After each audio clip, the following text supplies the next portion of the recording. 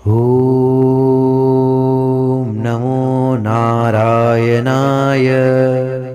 ॐ नमो नारायणाय। ॐ नमो नारायणाय। ॐ नमो नारायणाय। ॐ नमो नारायणाय। यह अष्टाक्षर मंत्र सभी कष्टों का नाश करता है। हे परम बुद्धिमान पुत्र, यदि तुम पूर्णता चाहते हो तो इस मंत्र का जाप करो। हालांकि यह भजन व्यास के मुख से निकला था। जो पुरुष शाम के समय इसका पाठ करते हैं वे धुले हुए श्वेत वस्त्रधारी राजहंसों के समान है। वे बिना किसी भय के भवसागर को पार कर जाते हैं। ओम नमो नारायणाय। अष्टाक्षर महात्म्यम।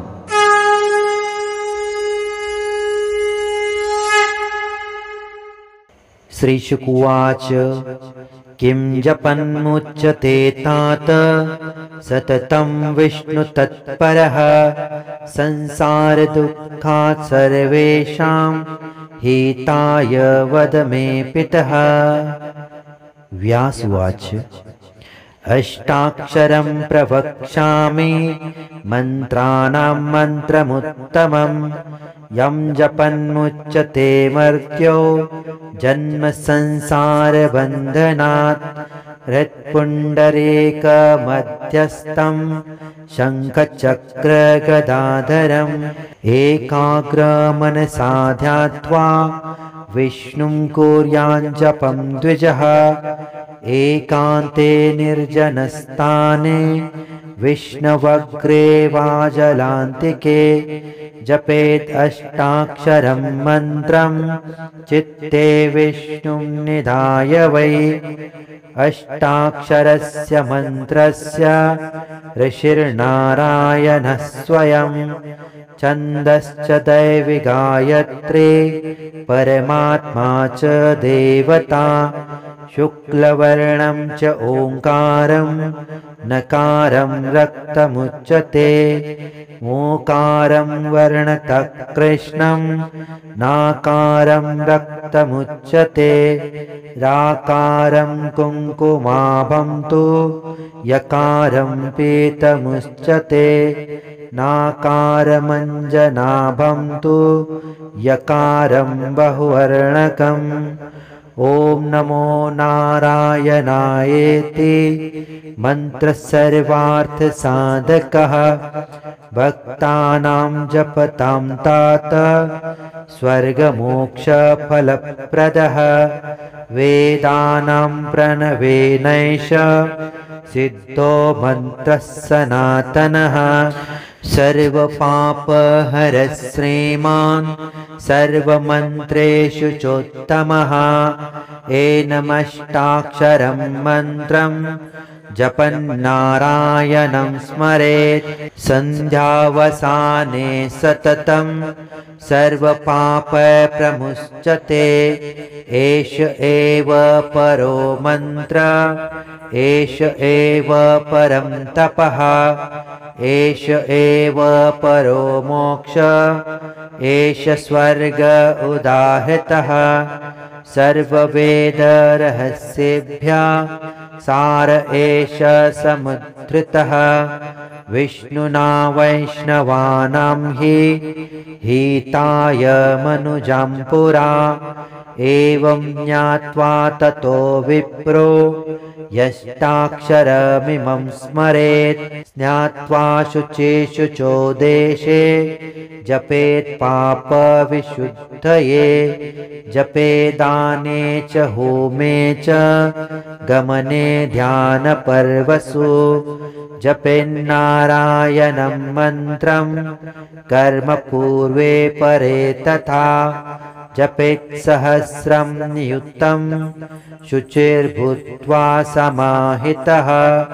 मासे मासे तु द्वादश्यां विष्णुभक्तो द्विजोत्तमः स्नात्वा शुचिर्जपेद्यस्तु नमो नारायणः शतं स गच्छेत् परमं देवं नारायणं नामयं गन्धपुष्पादिभिर्विष्णुम् अनेनाराध्यो जपेत् महापातकयुक्तोऽपि मुच्यते नात्र संशयः हृदि कृत्वा हरिं देवं मन्त्रमेनं तु यो जपेत् सर्वपापविशुद्धात्मा स गच्छेत् परमां गतिं प्रथमेन तु लक्ष्मेण आत्मशुद्धिर्भविष्यति द्वितीयेन तु लक्ष्येन मनुस्सिद्धिमवाप्नुयात् तृतीयेन तु लक्ष्येन स्वर्गलोकमवाप्नुयात् चतुर्थेन तु लक्ष्येन हरेः सामीप्यमाप्नुयात् पंचमेन तु लक्ष्येन निर्मलं ज्ञानमाप्नुयात् तथा षष्ठेन लक्ष्येन भवेद्विष्णोस्थिरामतिः सप्तमेन तु लक्ष्येन स्वरूपं प्रतिपद्यते अष्टमेन तु लक्ष्येन निर्वाणमधिगच्छति स्वस्वधर्मसमायुक्तो जपं कुर्यात् द्विजोत्तमः एतत् सिद्धिकरं मन्त्रम् अष्टाक्षरमतन्द्रितः दुःस्वप्नासुरपैशात् ऊरगा ब्रह्म राक्षसः जापिनं नोपसर्पन्ति चोरक्षुद्राधयस्तथा एकाग्रमनसा व्यग्रो विष्णुभक्तो दृढव्रतः जपेन्नारायणं मन्त्रमेतमृत्युभयापहम् मन्त्राणां परमो मन्त्रो देवतानां च दैवतं गुह्यानां परमं गुह्यम् ओंकाराद्यक्षराष्टकम् आयुष्यं धनपुत्रांश्च पशून् विद्यां महद्यशः धर्मार्थ काममोक्षां च लभते च जपन्नरः एतत् सत्यं च धर्मं